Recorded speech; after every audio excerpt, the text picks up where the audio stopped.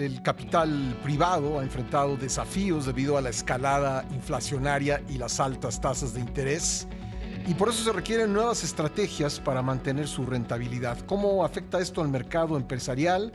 ¿Qué medidas pueden tomar los gestores para adaptarse y seguir generando valor en sus inversiones? Vamos a platicar hoy sobre estrategias para fortalecer el valor de un activo de capital privado con Guillermo Goñi, socio de Deal Advisory Strategy de KPMG México. ¿Qué tal, Guillermo? ¿Cómo estás? Buenos días, Pascal. Mucho gusto. Gracias por venir. Bueno, ¿cuáles son para ti las razones detrás del continuo crecimiento del capital privado a pesar de los desafíos de los que hablábamos?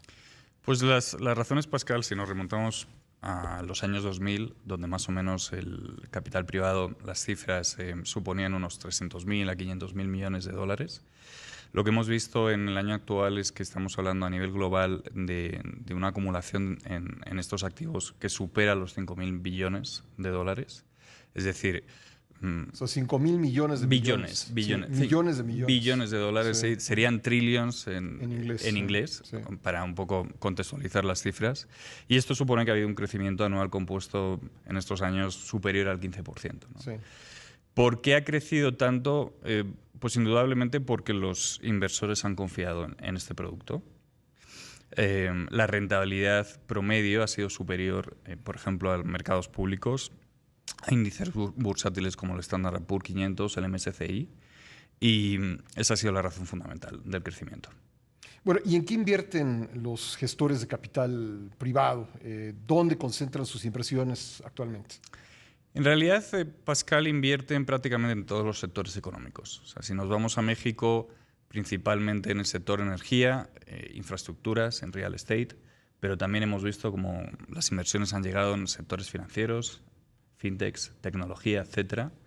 En un contexto global es muy similar. Es cierto que también lo que hemos visto a nivel global es que se han invertido bastante en industrias de consumo, en retail. Pero, por ejemplo, incluso hay tendencias bastante recientes en los últimos años donde el capital privado ha penetrado en el entretenimiento, en media, ha penetrado en sectores deportivos. Hemos visto cómo pues, han comprado clubes de fútbol, son propietarios también de eventos deportivos como la Fórmula 1. Es decir, están prácticamente en todo el tejido económico. Y en las actuales circunstancias, ¿estamos hablando del aprovechamiento de oportunidades o de la huida a lugares de refugio? No. Siempre va hacia la vía de aprovechamiento de oportunidades y sobre todo el foco, por así decirlo, el ethos, el axioma en un capital privado es buscar la creación de valor. Entonces el inversor confía en... Incluso en tiempos difíciles. Incluso en tiempos difíciles. Sí. Incluso en tiempos difíciles normalmente lo que le gusta al capital privado es buscar aquel tipo de compañía dentro de su portafolio que genera un flujo de caja consistente, que es resiliente a coyunturas negativas. Y es verdad que puede que en ese momento vire un poco la estrategia tendente justamente a asegurar un continuo flujo y una continua generación de caja. En estos tiempos, ¿qué tan importante es la liquidez? Bueno, es fundamental. Yo diría siempre es fundamental la liquidez, ¿no? Pero en estos tiempos lo que un inversor dentro de su estrategia lo que pretende es evidentemente evitar riesgo, evitar incertidumbre, y entonces le provoca bastante confianza cuando la cartera de un capital privado tiene este tipo de activos, ¿no? Donde sabes que siempre va a haber una generación recurrente de liquidez. ¿Qué papel juega el capital privado en la creación de empleos? Fundamental. Las cifras así lo demuestran.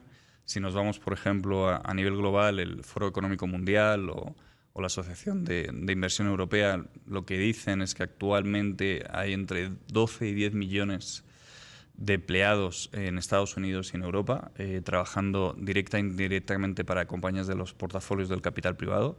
En México, si atendemos a las cifras que publica la Asociación Mexicana de Capital Privado, la acumulación de empleo en los últimos 22 años ha sido 1.800.000 empleados. Para poner en contexto, estas cifras suponen o equivalen a la fuerza laboral, por ejemplo, de un país entero como es Uruguay o de Irlanda. Entonces, obviamente, el capital privado es uno de los agentes principales en la creación de empleo. ¿Y qué medidas pueden tomar los gestores de capital privado para adaptarse a la nueva realidad y mantener la rentabilidad? Pues estamos en un momento muy interesante, Pascal, porque los últimos años, especialmente desde la crisis crediticia del 2008, lo que ocurrió obviamente para promover y para estimular la economía, se bajaron mucho los tipos de interés. Y eso lo que generó fue un ambiente muy favorable para el capital privado. ¿Por qué? Porque son instituciones que saben apalancarse financieramente de manera muy óptima. Entonces tuvieron, por así decirlo, un acceso muy fácil al endeudamiento. Y esto les benefició mucho en su meta de consecución de rentabilidad. Ahora no estamos en esa situación. Ahora es lo contrario. Han vuelto a subir los tipos para rebajar la presión inflacionaria. Y por lo tanto el capital privado ya no tiene a su disposición esa herramienta. Lo que necesita en estos momentos el capital privado es volver a ser muy prolijo a la hora de generar valor desde el punto de vista operacional de las compañías de las que es propietario, de las compañías que gestiona.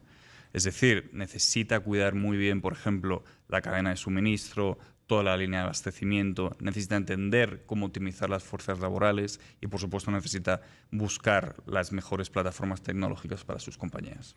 Pues muy interesante, Guillermo, te agradezco mucho que hayas venido y hayamos podido platicar de esto. Guillermo Goñi, socio de Deal Advisory Strategy de KPMG México. Muchas gracias. Muchas gracias, Pascal.